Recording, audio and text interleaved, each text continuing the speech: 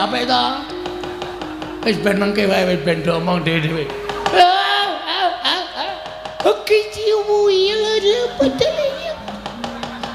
Gede sile menenye. Gede sile pasilita. Agete. Isa dalam hasil. Apa ora kowe? Ebu. Apa? Ebu. Ebu baba. Baba aku abu. Sing cetha nek omong wong tuwa kan omong ora cetha. Baba, abu baba. Baba kabu. Kuwi tegese apa, Kang Mas? Bagong aku kapok. Ayo ngayal karo aku asepatane bisu ora iso omong tenan. Baba. Pole. Ketepala jebot dadal macet-macet. Baba, aku ke baba.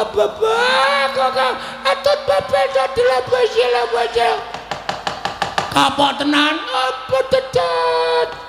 Ora wani karo aku. Lewati atut bajel baba datune bajel.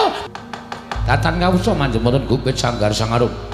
Kena gandhaka sampun nalika Mas Manten mapan wonten telengking Taman Sari. Nggih. Sang Dyahayu Dewi Banawati sarengan ki Lurah Bagong.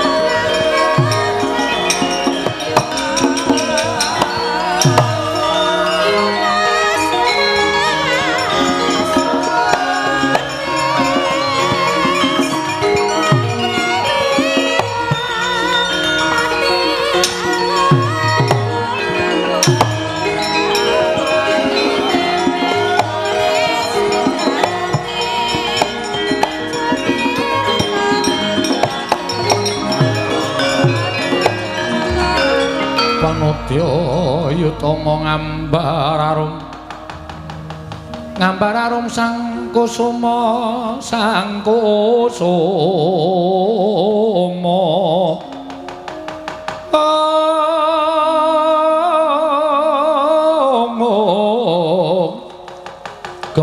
gembrang yen ngandika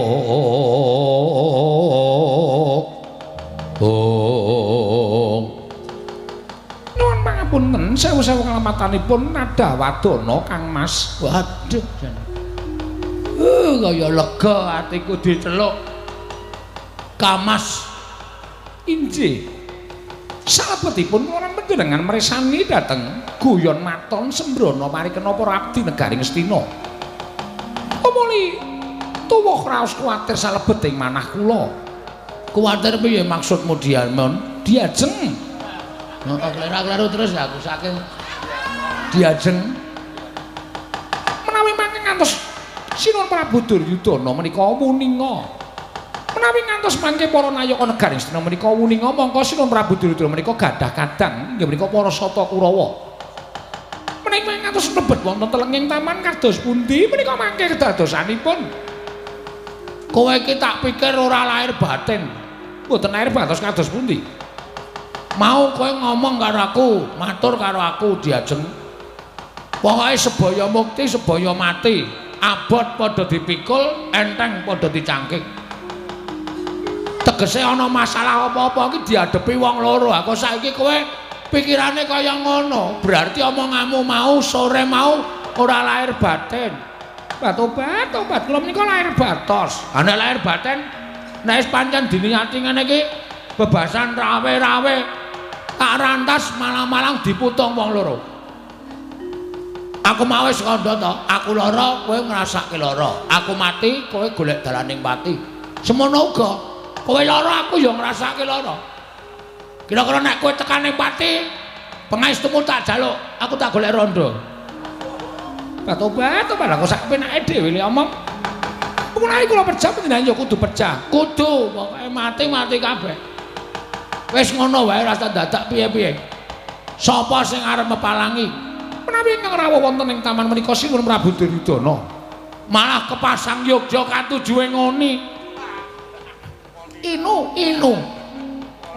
Inu putrane Pak Subakestawa. Ki ana ide no, ki ana ide.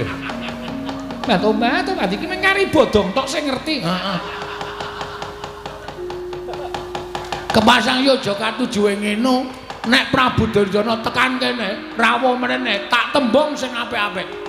Sinuwun Ngastina gandeng Dewi Banawati sampun boten tresna kaliyan panjenengan, mila samangke sampun tresna kaliyan Bagong. Panjenengan kula aturi misahaken katresnanipun Dewi Banawati, Dewi Banawati, Banawati kok Banawati. Arang kokean batine iki ngene iki. Dewi Banawati badhe kula wengku minangka garwa.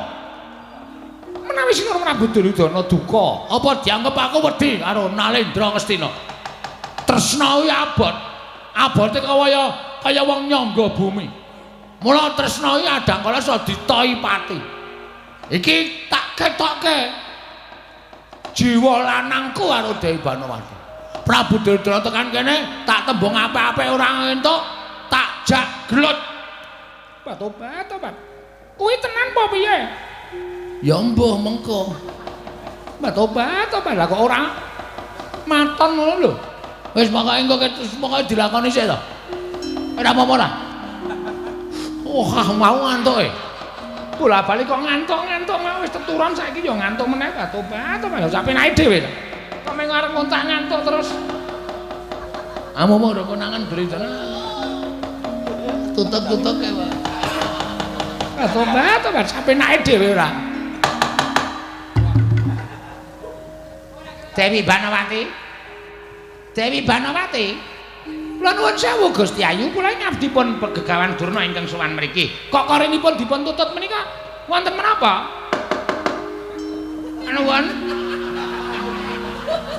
Assalamualaikum. Dewi Banawati, Dek Pate. Pripun?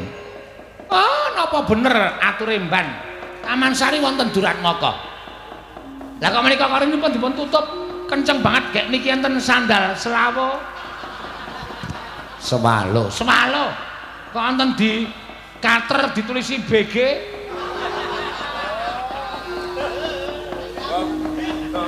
Niki gek Gunawan niki. Ketoke sandale mboten kok nderbebeh sementen gedene. Sandal kok ora ukuran sikil menungso. Niki lho kula jajal welobok ngoten kok. Niki manungsane sikile gedene ra jamak-jamak niki. Dewi Banawati, kula aturi mbukak korinipun Dewi Banawati kula ingkang abdi pun Begawan Durna ingkang sowan. Gusti Ayu, Gusti Ratu kula ingkang sowan. Tobat. Pripun menika Mas? Bukake. Panjenengan dos pundi? Aku tak ndelik sawetara wektu. Nek kowe ditakoni apa ana wong lanang sing mlebu kene, terserah kowe. Nek kowe arep ngaku, tak akonane, nek kowe ora ngaku, wis pokoke engko dilakoni iki ngibarate kaya dene wong nyemplung kali wis tekan tengah. Ayo golek watu padha ndodok bebarengan. Maju ya terus, mundur ya terus. Tobat, panjenengan gawon mingkang rumiyin kula tak manggi Begawan Durna. Heeh, omong nek ora ana sapa-sapa ya ewadene wis ana bukti-bukti, aku kok tak metu. Sebab iki sandalku wis konangan. Tobat kaya sandal iki pingenane ora dijupuk-jupuk wis diaturi jupuk ya ora dijupuk-jupuk. Regete penitenan isin aku. Sandal jepit kok penitenan wis aku tak ndelik sik ya Yayi. Inggih Kang Mas ngatur. Aku tak ndelik sik. Nek melangi iki nek nganti konangan ndak. Sayang sik ya. Monggo. Kaya dirambati bekicot. Cangkem kok klenyite ra jamak. Tobat. Dewi Banowati, kula aturi buka ngaranipun Gusti Ayu.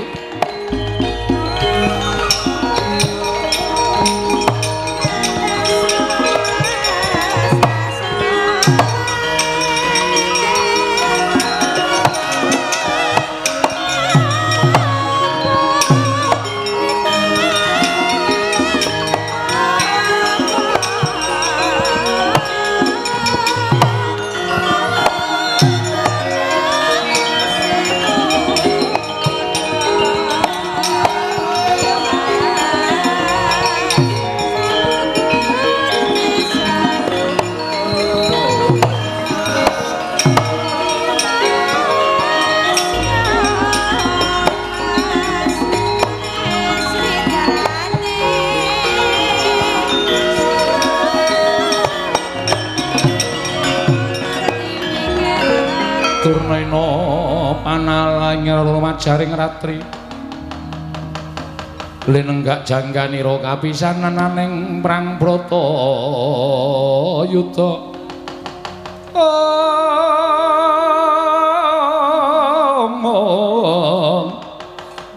mustaka kabuncang mungguing wana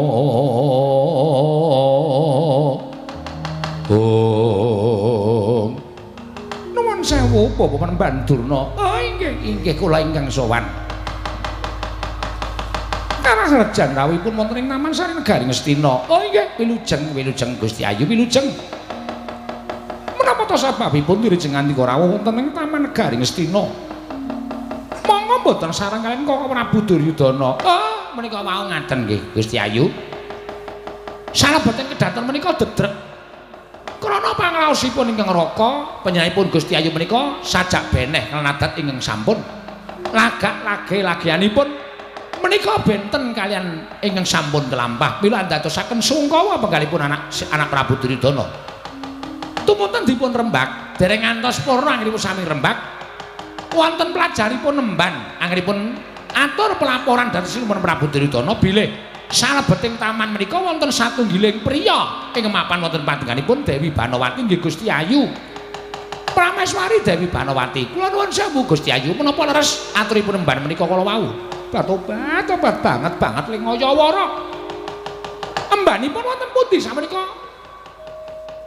Ing atase kula menika Prameswari lho. Kula menika garwanipun Sri Prabu Duryudana.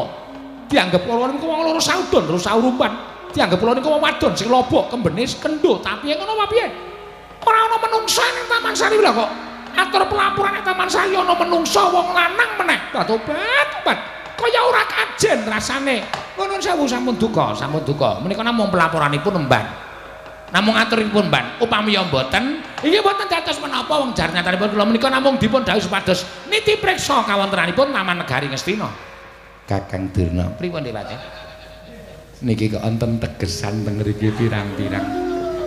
Pundi? Niki teng mburi kula. Merke napa? Werna-werna. Berarti apa-apa kalu niku. Rokok apa-apa doyan ketara. Filter napa kertek? Napa? Kertek. Kretek. Kretek. Wonten filter, wonten kretek, wonten lintingan. Wah, jan jokoh tenan. Cangkem apa jogangan? Apa-apa kok kalu. Iya lha niki nek iso dadi bukti. Niki ta coba.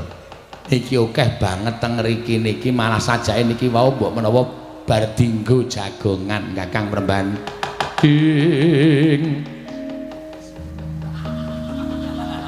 Kagat risang kapirang urinangkul kinempit kempit dosang reknaning bawana. Oh, kula nuwun sewu Gusti Ayu. Wiwit nalika dinten menapa panjenengan menika ses? Tobat. Ingkang sesinten kula menika mboten ses lho. Lha menika wonten maman, jer taman menika papanipun papan lenggahipun Gusti Ayu Dewi Banowati. Menawi wonten tiraan ses menika ateges menika nembe kemawon wonten piyai kangkong ingkang lenggah. Mila menawi paduka Gusti Ayu mboten waloka dhateng Begawan Durna. Menapa paripaksa kula ngopyak lebeting Taman Sari Negari Ngastina menika.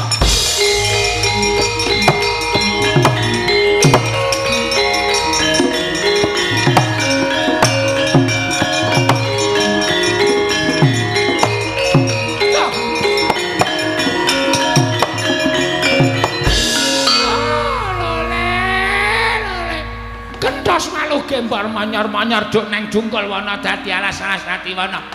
Dik Pate, Pripun? mangsawang to. Tak kira nek bulus. Lah kok jebul sing metungel saka lebeting Patenggan. Lho, menika mboten pangling. Oh, lah keparat pancen manusa ra tatanan. Gusti Ayu menika rak Bagong to? Tobat inggih menika Bagong. Kamas kok medal. Angel ditokke yang metu dhewe. Nune nggih penemban Durna. Kula pun Bagong. Lho, Bagong kok nang kene? Nggih pun setengah sasi. Lho. Weh, nek ngono sing ngudut apa-apa kalu iki. Bagong kuwi. Tobat meniki ya diwenehke asbak ora dibuang sak penake dhewe. Wong sing nyapu ya aku. Ora wong sing ngresiki ya aku to. Inggih, nek ya dicecek ning nggon asbak kok dibuang sak nggon-nggon barber. Marai konangan lho coba. Oh, lele Bagong kowe iki ngapa? Nang kene kowe ngapa? Nggih nyuwun ngapunten arang ya. Kula menika niatipun kepengin resik taman Kadilengleng Taman Sari Negari Ngastina. Ning kula niku mboten entuk wangsul kali Dewi Banowati. Lho. Ing atase kowe mung drajating ponakan kok ora entuk bali iki sebabe apa? Mboten ngerti, mang takon kali sing kawogan. Ning sadurunge sampean takon ampun kaget lho. Ampun kaget. Mengke sampean kaget mergo perkara niki ora perkara sepele. Perkara sing gedhe ning nyatane pun diantepi. Nuwun sewu Gusti Ayu kok bakal mboten pikantuk kondur menika. Wangsul dateng wismanipun menika sebabipun napa? Tobat kula nuwun sewu Paman. Kula sampun kebanjur tresna kaliyan Bagong. Ora krungu mesti. Ketara ora kaget. Terus pundi kersanipun? Kula kok mboten matos mireng radi sora nggih maring pangandikan. Tobat. Kula menika sampun kebacut tresna kaliyan Bagong. Lho. Lah ngandel ora. Piye Kakang Durna? Sampeyan mboten krungu? Mboten. Gusti Ayu Dewi Banowati kok ngendikake nek tresna karo Bagong? Iyeng Bagong mesti meguru kowe. Kowe mesti nggawa dukun kowe ya. Kowe mengkong kaya ngono kok nganti ditresnani dening Sin Gusti Ayu Banowati iki mesti kowe nggawa guna-guna. Kowe menungso ora tata Bagong. Nyuwun ngapunten wis dadi tekad sebaya mukti sebaya mati. Panjenengan menika garwanipun anak Prabu Duryudana. Lah tobat kula ngertos menawi kula menika garwanipun Sinten Prabu Ngastina. Ning digampang-gampangno nek ora tresna piye coba? Apa tresna kok dipeksa? Wong bebrayan dadi siji. Nek ora tresna salah siji ya wis. Monggo nyatanipun sasampunipun Bagong mapan wonten ing papan mriki menika kula nuwun sewu kula tresna kaliyan Bagong. Maaf ya, Dur. Hus. Ayo nuwun sewu kanang arep ala dikaya ngapa iki nek wong kewahyon. Lho, putri cantik jelita kaya ngene wae kemintil-kintil karo Bagong. Ngono. Apa? Kemintil-kintil. Maksudnya apa ya jenenge kuwi? Templek karo aku lah. Nek carane Dara iki templek. Mula wis ora usah dadak piye-piye. Sampeyan saiki bali. Nek perlu Sinten Prabu Duryudana mang ngaturi priksa. Nek teng mriki pun wonten maling sing iso ngewat marang Dewi Banowati, sing bakal mulyake Dewi Banowati. Oh, ora lole-lole. Iki serius. Loh, nek kowe dadi maling ana negara Astina, aku wajib nyekel karo kowe. Aku wajib bondo tanganmu ngrincung sing maleboke pakunjaran. Yen perlu kan apa pasiksan, mergo kowe wani ngewat marang Putri Nalendra, garwane Nalendra Ngastina. Bagong kowe dibondo bakal dihukum picis ana ing alun-alun negara Ngastina. Kamas. Batu-batu boyo jumeneng wani ngono lho. Ngayomi karo Piai Putri kok ming begogok kaya ngono kuwi lho. Kasatriyane nendi? Kemane nendi coba? Mbok yo jumeneng wani. Jaja muntap lir kretap duka yayasinipe. Lah ngono lho. Netra kocak mundar andir. Durung bathukku gatel kukurke inggih. Oh, lole aku gelem ngukurke tenan to Dik Patih. Tulung bathukku gatel. Mak ukur dhewe. Piye orang gleleng. Iki bukti bahwa cinta kita sudah menyatu. Katresnane awake dhewe iki wis dadi siji. Tresna sudah menjadi satu, tidak mungkin untuk dipisahkan lagi. Mula sampeyan ndak usah maksa kali aku nek nganti aku engko nesu, nganti aku engko muring, krewekan dadi grojokan geguyon dadi tangisan. Lho, apa kowe ora wedi? Apa kowe ora miris? Yen aku nggawa para sata Kurawa. Mula kowe pasrah obongokan karo aku, Bagong. Tak bonto tak mak krincung sikilmu. Oh, endah-endah kowe ming wong mlarat. Kowe iki ming batur. Kowe gedibal 17 wong elek nyolok mripat. Kowe iki ming kere. Ibarate kaya cecak nguntal cagak cebol kaya wulan mutung ngitung lintang. Tangeh kelakone jebak wurunge. Sing dadi nyatane Dewi Banowati tresna karo aku, mesti tok gawe. Mesti tok gunake daya kemanden. Ilmu guna kasantikan supaya Dewi Banowati katut karo kowe. Ora-orane Dewi Banowati tresna karo kowe lahir batin. Iki mergo saka pangguna munggonmu bakal meret karo Dewi Banowati. Aku ora nrimake. Kowe mung wong kere karo nggaup karo Prameswari ora bakal kelakon. Kowe mung wong gedibal karo ndaup karo Prameswari ora kelakon. Wah, jan omongane nganti kaya kaset sembadani bisu kowe mandi ucape Bagong.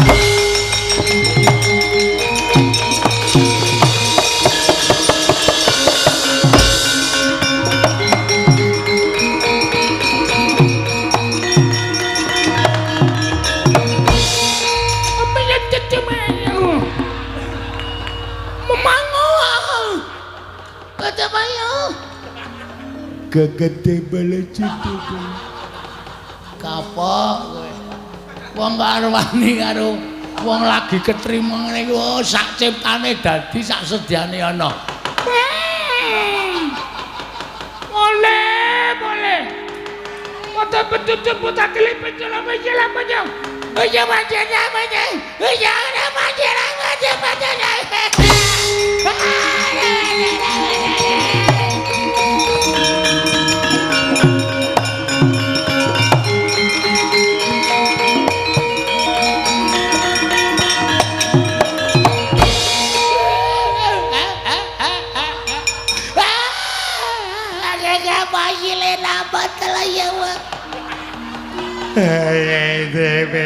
Dewe.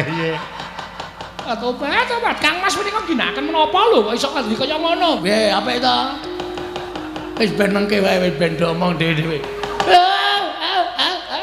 Oke ciumu ya padahal. Gede cile menanyele. Kata sila pasilita. Agade. Iya dalam hasil. Apa ora kowe? Ebu. Apa? Ebu. Ebu bapak. Bapak aku abu. Sing cetha nek omong wong tuwa kan omong ora cetha.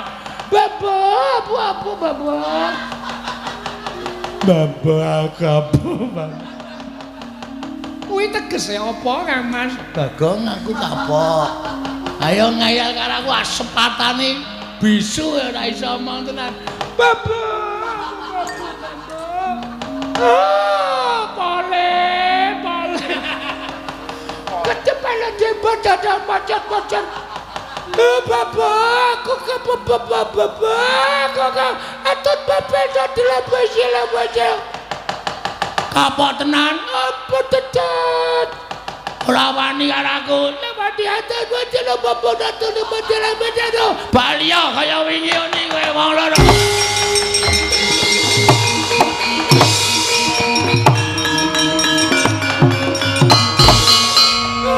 Bagong aku.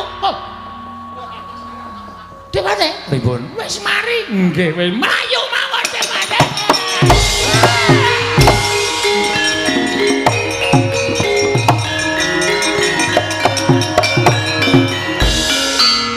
Sembetengane wong lagi diwingnong wong dening dewane.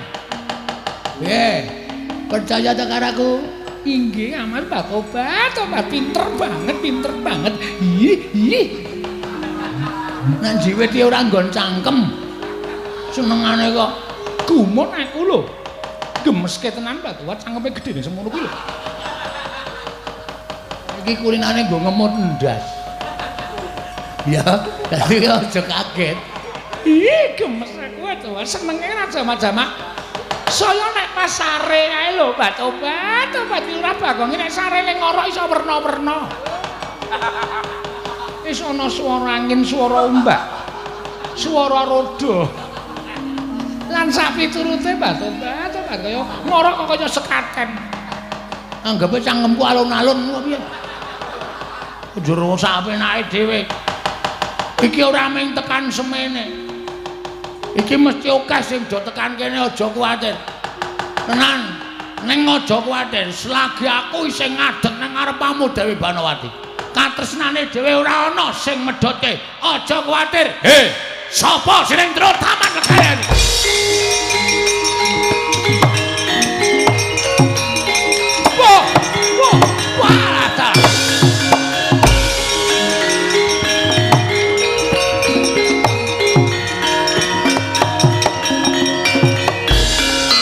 Kosek. Lah iki Bagong lho iki. Nggih. Walah dalah menungso ora tatanan. Lah kok dadi kowe mapan ning Taman Negara Ngastina iki karepmu piye? Ajeng dadi manten. Lho. Dadi manten karo sapa? Niki lho. Kowe ora edan kowe. Kowe ora edan. Mumpung Baladewa isih durung muntap. Mumpung Baladewa durung nesu. Ayo bali. Bali ning wis mampu kono. Bali ning omahmu kowe aja gawe geger Negara Ngastina. Yen kowe ora bali aja kelakon tak gretel nggolo pecah dasmu kowe. Terus pundi ya Mas Batuwat kula ajre. Kowe ngarepe lunga sik ana. Kowe lunga sik. Mergo iki piyai siji iki nek omong getak-getak engko ndak bergetar hatimu. Nggih. Wis tak kendhawuh kula wonten wingking. Heeh, gawe kopi. Inggih. Ora dicempluki cecak lho. Mboten. Mau gawe ana cecake. Ini ya tetep pangan. Tau mbak ya cah gleleng. Gaweane bojo ndak dikira ora ngurmati. Ora sakokean gunem. Kowe bali. Kowe tumindak ora prayoga. Kowe nyolong Yayi Ratu Banowati ngebang Yayi Ratu Banowati. Kowe mirang-mirangke wong Astina.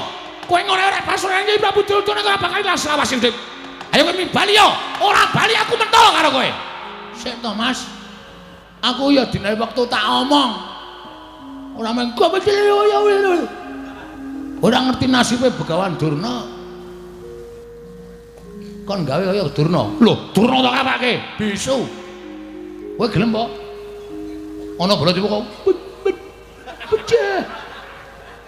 Cici pitu. Mudar. Nah, muni cici pitu tok ayo nek ana. Kula wis kebacut tresna karo Dewi Banowati ora iso kula kon lunga. Kula gelem lunga ning watanana sing iso ngoncatke nyawane Bagong. Piye? Kepiye? Kowe muni piye kowe? Kowe muni piye? Sing iso ngoncatke nyawane Bagong. Wah, dalah. Ora minggat ngarepaning Baladewa.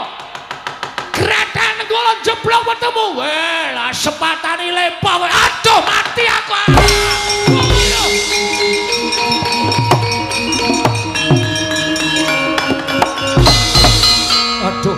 Waduh mati aku iki. Iki dayane apa iki?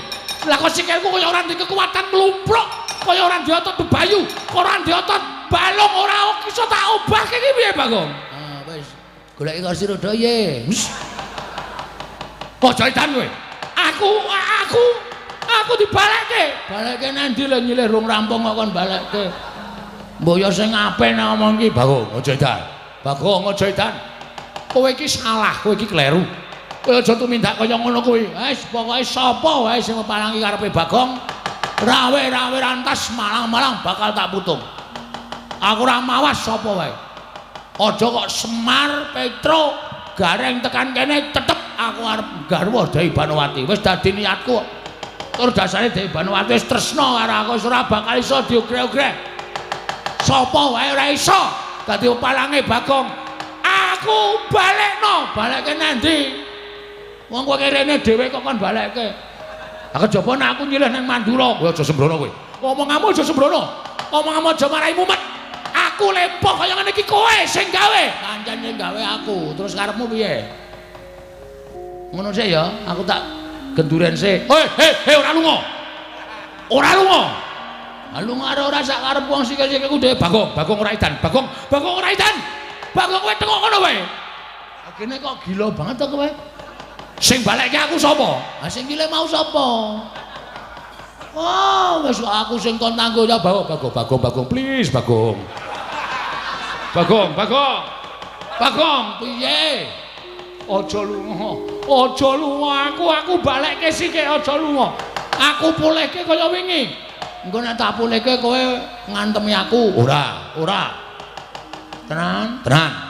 Sumpah. Sumpahe sineksen sing gawe urip. Kowe engko mateni karo aku nganggo nenggala. Ora wis aku ngaku kalah. Nek aku balekke mari kaya wingi iso mlaku. Tak balekke iso mlaku nek nganti kowe ngantemi aku, gedene kowe nampani pusaka karo aku aja takon dosa. Lempohmu ora ming sak sikil. Gulu medun. Waduh, mati aku Bagong cangkeme sing apik. Iki wis sampe bar tak cet. Aja sembrono, omonganmu aja sembrono, ora sembrono iki tenanan. Nek nganti sampean ngapusi, lehmu lempoh, tangan medun, pundak medun lempoh, sing tingil-tingil ning sirahe. Ayo piye, gelem ora? Aku wis seneng kok. Kowe ora seneng ya wis aku nek nganti-ngantemi kowe nganti nibani nenggala karo kowe aku manut. Kena apa-apa aku manut. Maria Baladewa. Wae lata. Wah, edan. Wah, kowe iki panjenengan apa kowe? Kok ampuh men ngucap kasembadan.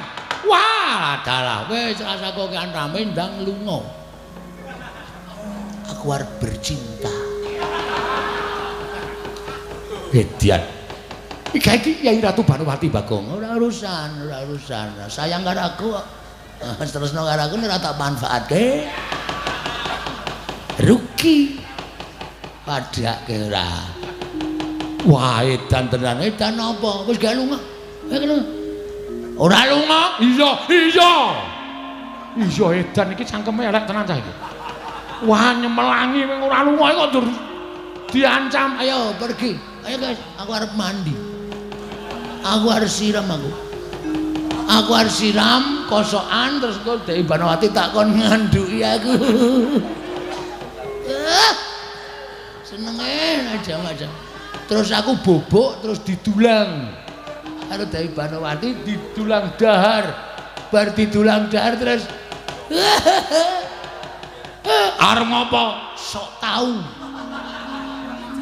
Kepo. Wah, kepo barang ki apa? Ayo pulang. Ayo. Kono. Tangane iki lho ngecek banget karo. Yo, kowe aja pamer. Kowe aja gleleng kowe. Kowe tak kandhake Pandhawa kowe. Omong ora wedi aku.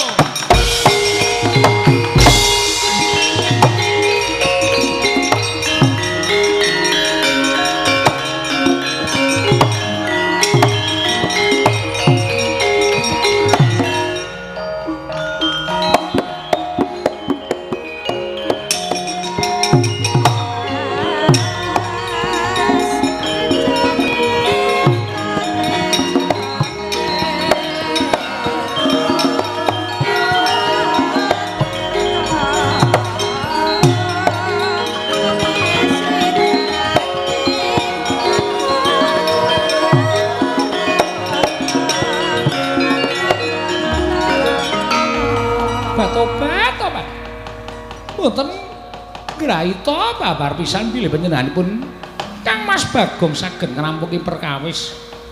Kula menika gumun lho. Panjenengan kok lakon saged kados mekaten menika dayanipun menapa? Aku dhewe ya ora ngerti ning sing penting rak berarti iki wis iso dibedhek. Nek pancen perjodohanmu karo aku kuwi pancen wis diayomi karo sing gawe urip ketitik. Sak ucapku mandi, sak ucapku kasembadan. Wis Banowati. Mula Kang Saka kuwi kok aku wis ora bakal mikir ringa-ringa. Inggih. Ya, inggih. Aku saya sumuk inggih kersanipun godhogna wedang. Badhe kangge menapa? Siram obat. Ngestina menika sampun wonten toya ingkang mabenter. Kari ngencurke? Inggih. Asik. Nek aku dempenge kepanasan. Pol tak panaske tak nggo gujug sirah nglothok ndasku. Obat ora nganggo toya adem dicampur ben supaya anget. Ayo cah desa ora ngerti. Monggo kula dherekaken dhahar menapa-menapa. Ya, martabake wis teko. Sampun. Ya dhahar bebarengan karo ngrungok-ngrungokke apa santai. Pokoke engko lelakon selanjutnya mung kari nglakoni. Pokoke ora usah kuwatir kowe karo aku tetep siap. Inggih ngestaken dawuh. Ya mlebu mburi. Monggo kula dherekaken. Gandeng. Nggih.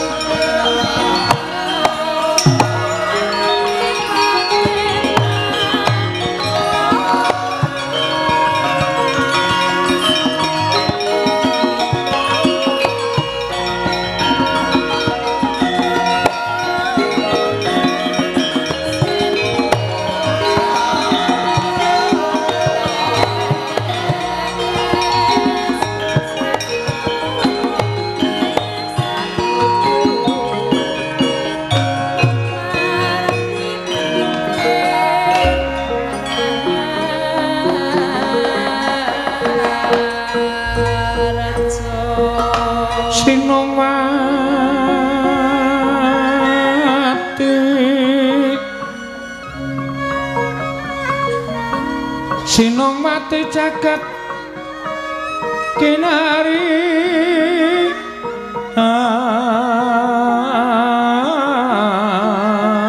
among mbak lumembak ombak ing samudra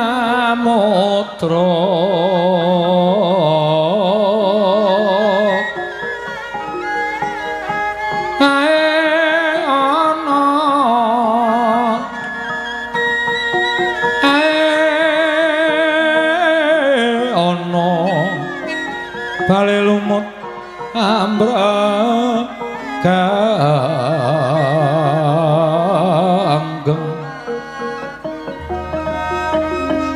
awita denceng dencengan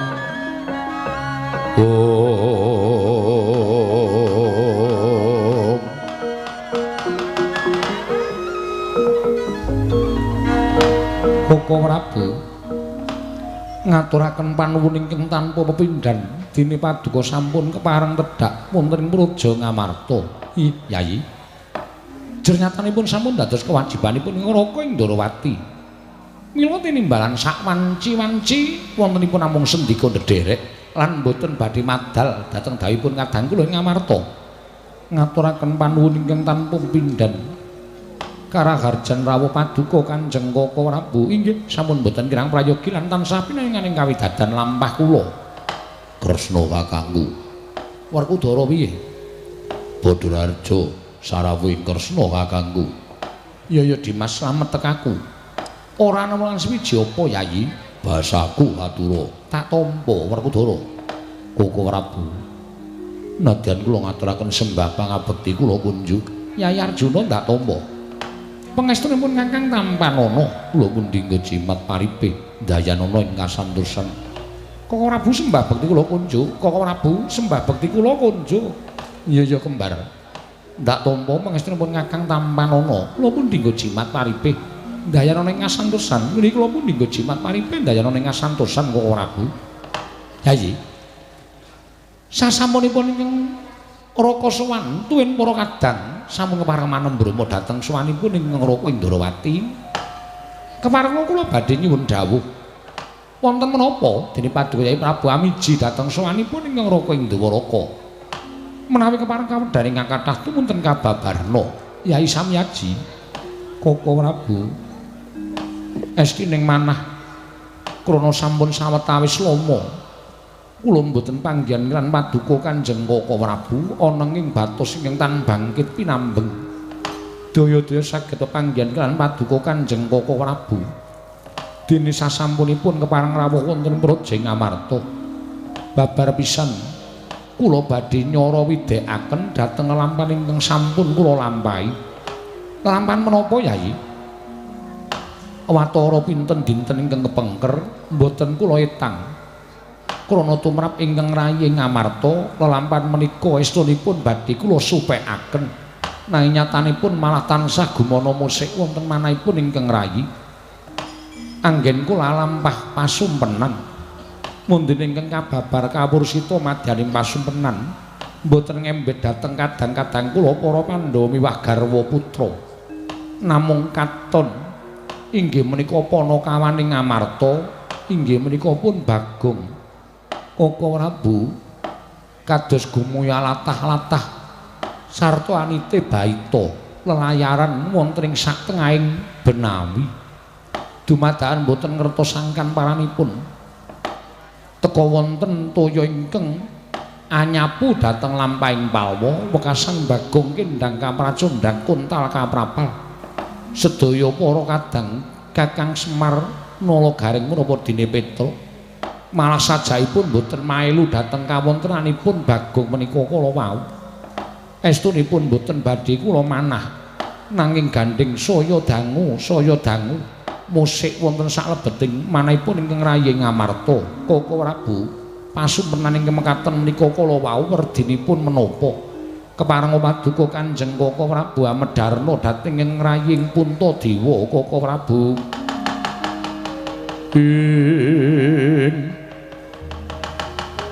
Kresna sinayeng manglung mintonaken Dewi Kramanira kang kumitiran ing asta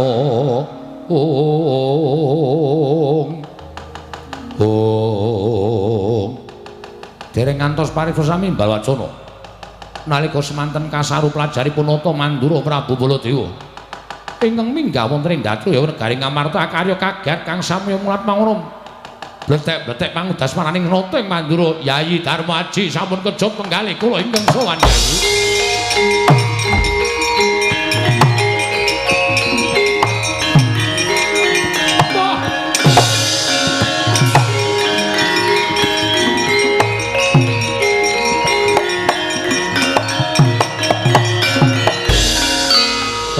Dewa Narpati Duwe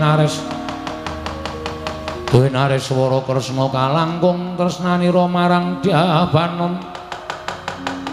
Diapanon Cinawi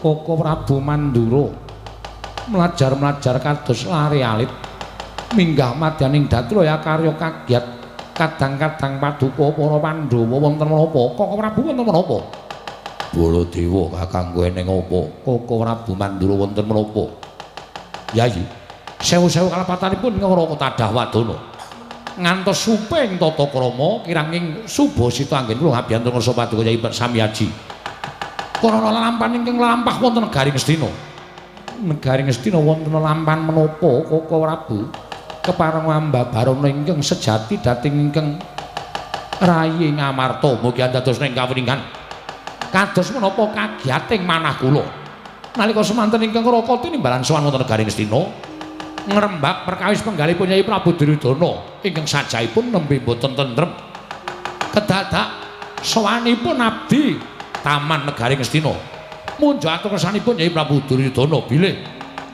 wonten satunggiling priya ingkang wantun anggebang dhateng prameswari Ngastina inggih menika pun Yayi Ratu Banowati. Sareng nalika ingkang raka tilik utawi nitipriksa dhateng taman negari Ngastina. Kados menapa kagiyating manah kula sareng kula pinanggih kaliyan tiyang jaler ing mapan wonten ing taman. Mboten sanes kejawi namung abdi Ngamarta Bagong ingkang wantun anggebang Yayi Ratu Banowati.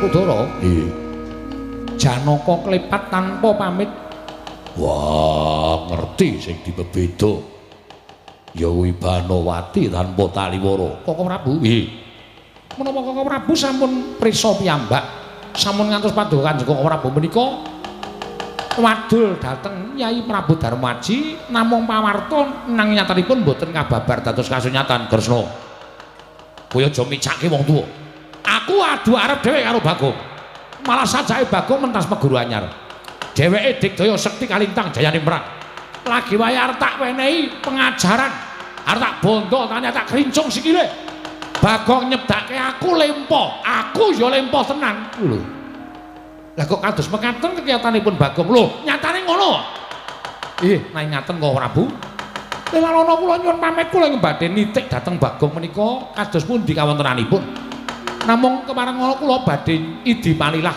mbujung dhateng Mun Arjuna mangke mindhak Janaka menika tumindak ingkang kirang prayogi inggih menawi Bagong saestu nanging menawi nuwun sewu menika wau sanes Bagong lak kriwikan dadi grojokan geguyon dadi tangisan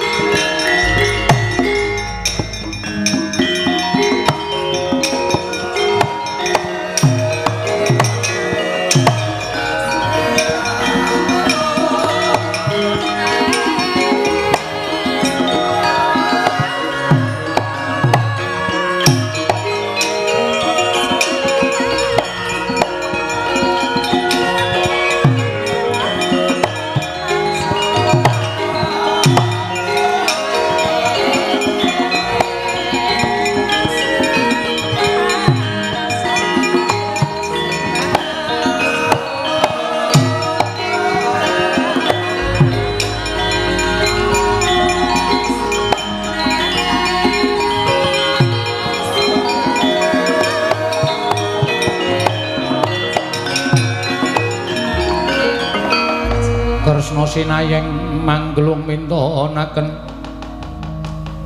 mintonaken dewe kramanira kang kumitir kanggo mitiraning asta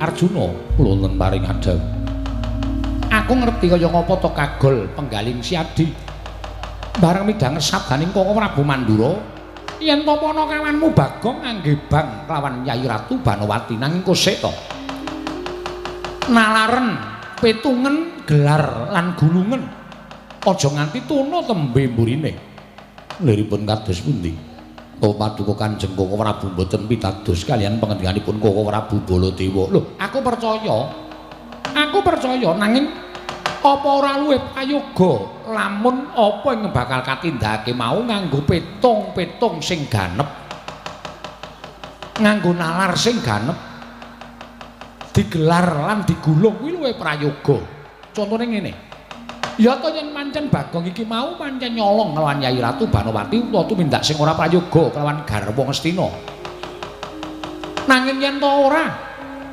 Arjuna ora jeneng aku ngias kelawan Koko Prabu Mandura sarta aku ora percaya marang Koko Prabu Mandura kuwi ora nanging ana tetembungan kedung jero iso dijajake nang atine menungsa sapa sing ngerti ora jeneng aku kuwi duwe panyokla bawa sing elek lan Koko Prabu Mandura ora nanging Koko Prabu Mandura kuwi tansah cecaketan lan Parasata Kurawa jer panjenengane kuwi minangka pengayoming Parasata Kurawa utawa pengayom negara Ngastina